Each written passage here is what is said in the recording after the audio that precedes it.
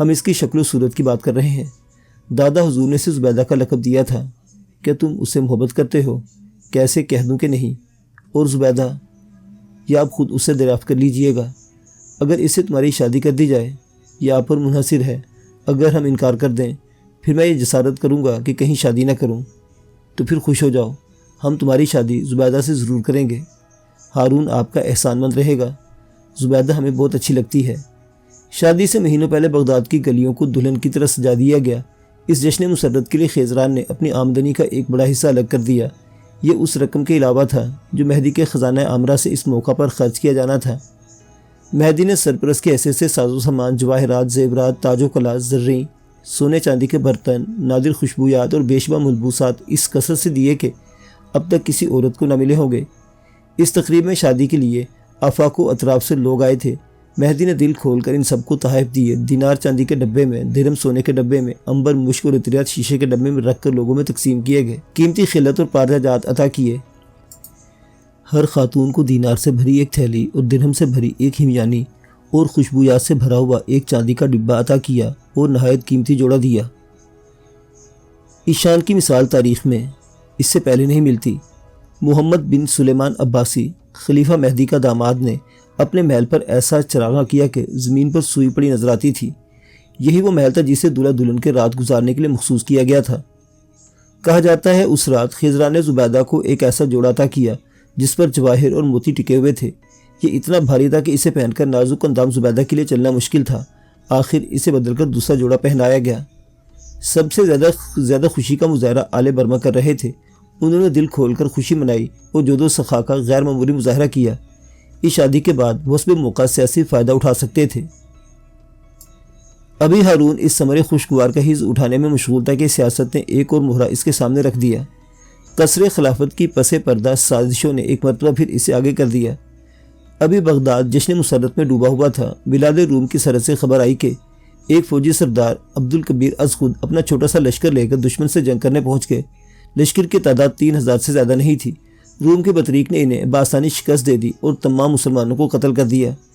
ان میں سے جو زندہ بچ نکل کر بغداد آئے تھے وہی یہ خبر لے کر آئے تھے۔ مہدی کو عبدالکبیر کی خود سری پر غصہ آیا اور اسے فوراً گرفتار کر کے بغداد بلایا اور قید کر دیا۔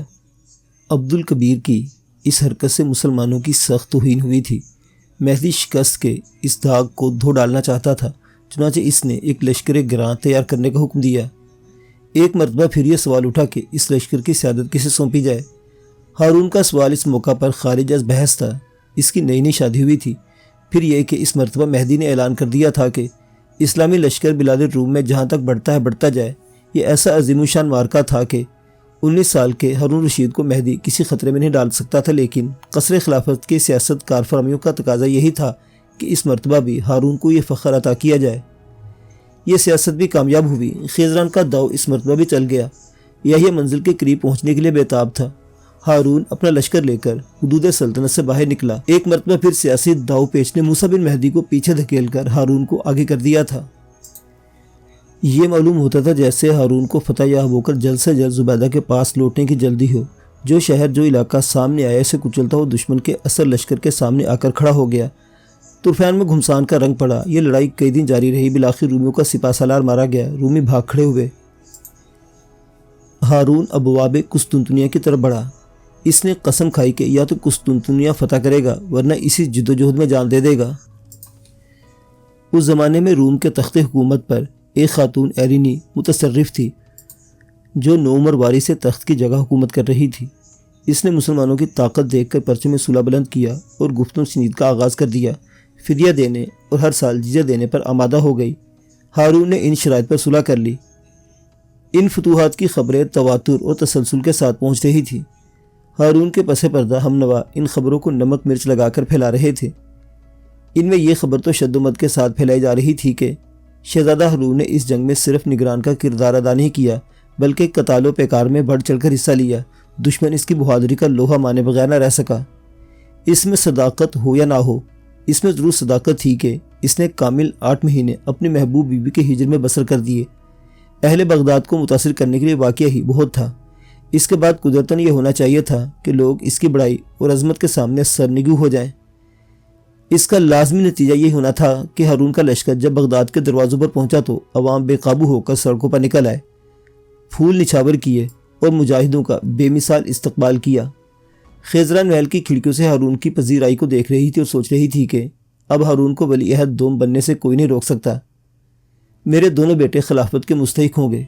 بس اب یہ اعلان ہونا باقی رہ گیا تھا کہ یحییٰ بن خالد آگے بڑھے اور ہارون کو ولی عہد دوم بنانے کی تجویز پیش کرے۔ دوسرے روز خلیفہ مہدی نے قصر خلد میں جلوس کیا اور دربار عام منعقد کیا۔ اس دربار میں اس نے ہارون کو خلعت فاخرہ پہنایا اور ہارون کو رشید کا لقب دے کر ہارون رشید بنا دیا۔ اس دن کے بعد سے وہ اسی نام سے پکارا جانے لگا۔ خیزران کو اب کہاں صبر ہونے والا تھا۔ ہارون کی شان و شوکت اور یحییٰ کے بڑھتے ہوئے اقتدار کو دیکھ کر اس نے ہارون کی ولی عہد دوم ہونے کی تجویز مہدی کے سامنے رکھ دی۔ یہ ایک پرخطر تجویز تھی، مہدی اس پر کبھی تیار نہ ہوتا، لیکن تجویز پیش کرنے والی خیزران تھی۔ خیزران کی ضد کے سامنے سر تسلیم خم کرنا کوئی پہلی بات نہیں تھی۔ خیزران کے بہکاوے میں آ کر کئی بڑی غلطیاں کر چکا تھا، لیکن شاید اس سے بڑی غلطی اب تک اس نے نہیں کی تھی جو اب کرنے جا رہا تھا۔ اسے اندازہ نہیں تھا کہ اس غلطی سے آئندہ کیا پیش آ سکتا ہے۔ اس نے خیزران سے وعدہ کر لیا تھا، لیکن وہ رات بھر سو نہ سکا۔ وہ اس اعلان کے بعد کے نتائج پر غور کرتا رہا۔ وہ امکانات بار بار اس کے ذہن میں آ رہے تھے جو دو بھائیوں کو بیک وقت ولی عہد بنانے کے بعد آئندہ پیش آ سکتے تھے۔ صبح قریب تھی کہ اس کی آنکھ لگ گئی۔ اس نے خواب میں دیکھا کہ اس کے ایک ہاتھ میں درخت کی دو شاخیں ہیں۔ اس نے موسیٰ ہادی کے سامنے ڈال دی اور دوسری ہارون کے سامنے۔ موسیٰ کی شاخ پر چند پتیاں نکل آئیں، جبکہ ہارون کی شاخ مکمل طور پر سرسبز ہو گئی۔ آنکھ کھلتے اس نے تعبیر دینے والوں کو بلایا۔ انہوں نے اسے بتایا کہ موسیٰ کی مدت خلافت مختصر ہوگی، جبکہ ہارون لمبی مدت تک بادشاہت کرے گا۔ اس سے آگے وہ کچھ نہ بتا سکے کہ موسیٰ کی مدت خلافت کم کیوں ہوگی۔ اسے کیا حادثہ پیش آئے گا کہ خلافت ہارون کے ہاتھ میں چلی جائے گی، کہ دونوں بھائیوں میں جنگ ہوگی۔ یہ سوچ کر ہی وہ کانپ گیا۔ ایک مرتبہ پھر اس کا ارادہ متزلزل ہو گیا۔ اس نے خیزران کو اپنے خواب سے آگاہ کیا اور نتائج بتائے، لیکن خیزران کو سننے کو تیار نہیں تھی۔ وہ بڑے بیٹے موسیٰ کی نافرمانی سے خوش نہیں تھی۔ ہارون کو بہت عزیز رکھتی تھی۔ وہ تو اب یہ بھی سوچنے لگی تھی کہ صرف ولی عہدی نہیں، ممکن ہوا تو موسیٰ سے پہلے ہارون کو خلیفہ بننے میں مدد دے گی۔ یحییٰ بن خالد کی پوری مدد اسے حاصل تھی۔ وہ دراصل اپنی خیرخواہی جتا کر اور اپنی خواتین کا اثر ڈال کر خیزران کے ذریعے اپنے اقتدار اور سطوت کا راستہ صاف کر رہا تھا۔ باپ کے اس ارادے کی بھنک ہادی کے کانوں میں بھی پڑ گئی تھی۔ کسی نے اسے مہدی کے خواب سے بھی آگاہ کر دیا تھا۔ اکسانے اور بھڑکانے والے ندیم اور مصاحبین یہاں بھی کم نہیں تھے۔ وہ باپ کے غضب کا سامنا کرتے ہوئے ڈرتا تھا، لیکن ماں سے تو الجھ سکتا تھا۔ اس نے خیزران پر پابندیاں لگانے کی کوشش کی کہ وہ یحییٰ اس کے گھر کی خواتین سے نہ ملا کرے، لیکن وہ یہ بھول گیا تھا کہ خیزران کتنی بااثر ہے۔ یہ راز تو اس وقت کھلا جب اس کے اپنے مقرب لوگ بھی خیزران کے گن گاتے نظر آئے۔ ماں کے دل میں اس کی طرف سے مزید میل آ گیا۔ موسیٰ کو فی الحال چپ ہونا پڑا، لیکن ہارون کو وہ اپنے لیے مستقل خطرہ سمجھنے لگا۔ اب دونوں بھائیوں کے دل میں ایک دوسرے کے خلاف شکوک شبہات کے سوا کچھ نہ تھا۔ مہدی سب کچھ جانتے ہوئے بھی خیزران کی بتائی ہوئی راہ پر چل پڑا۔ آخر ایک تقریب میں عمرہ بنو ہاشم اور عمرہ دولت کی موجودگی میں مہدی نے اعلان کر دیا کہ دوسرا ولی عہد ہارون ہوگا۔ ہارون کی شہرت عوام میں اتنی ہو چکی تھی کہ اس بات پر خوشی کا اظہار کیا گیا، لیکن قوم کا فہمیدہ طبقہ فکر مند تھا۔ ان لوگوں کا خیال تھا کہ یہ بیعت دونوں بھائیوں میں نفرت و عداوت کا سبب بنے گی اور اس سے بڑھ کر یہ مملکت کی وحدت پارا پارا ہو جائے گی۔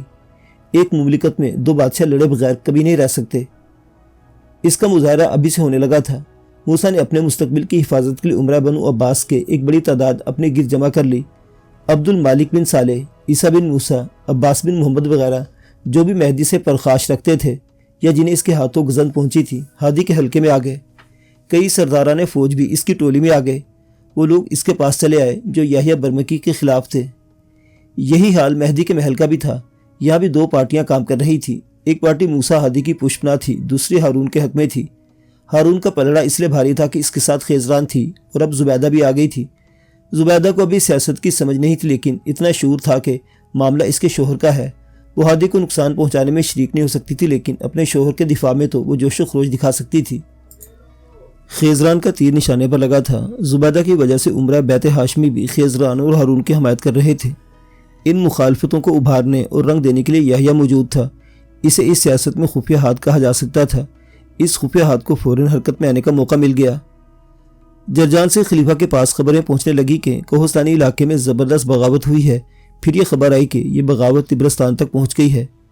مہدی نے بغاوت فرق کرنے کے لشکر تیار کرنا شروع کر دیا۔ ایک مرتبہ پھر سیادت کا مسئلہ سامنے آیا، سازشیں کام کر رہی تھی۔ مہدی کو مشورہ دیا گیا کہ سیادت کا شرف ہادی کو دیا جائے، نہ کہ ہارون کو۔ مہدی کے سامنے یہ دلیل پیش کی گئی، وہ چونکہ شرقی حصے کا گورنر ہے، اس لیے یہ ذمہ داری اسی کو سونپی جائے۔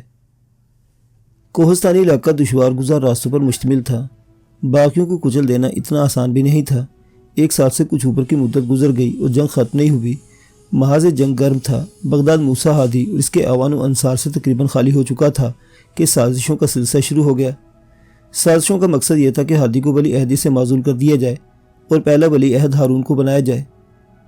جب پہلے مہدی کے سامنے تجویز پیش کی گئی تو وہ بھجکا رہ گیا۔ اسے حیرت اس لیے ہوئی کہ اس مرتبہ یہ تجویز عمرہ بنو عباس کی طرف سے آئی تھی۔ یحییٰ ان سازشوں کا رہنما تھا اور کہہ چکا تھا، حصول مقصد کے لیے سب کچھ کر گزرنا چاہیے۔ ایک باپ کی حیثیت سے موسیٰ ہادی اور ہارون رشید کو مساوی سمجھتا تھا۔ وجہ اس کی سمجھ میں نہیں آ رہی تھی کہ ہادی کو خام خواہ اس کے حق سے کیوں محروم کر دیا جائے، جبکہ وہ بہادر بھی تھا اور سخی بھی، تیغ زن بھی تھا اور صف شکن بھی۔ سیاسی اعتبار سے یہ بھی اچھا فیصلہ نہ ہوتا۔ اسے خود اپنا ایک واقعہ یاد آ گیا۔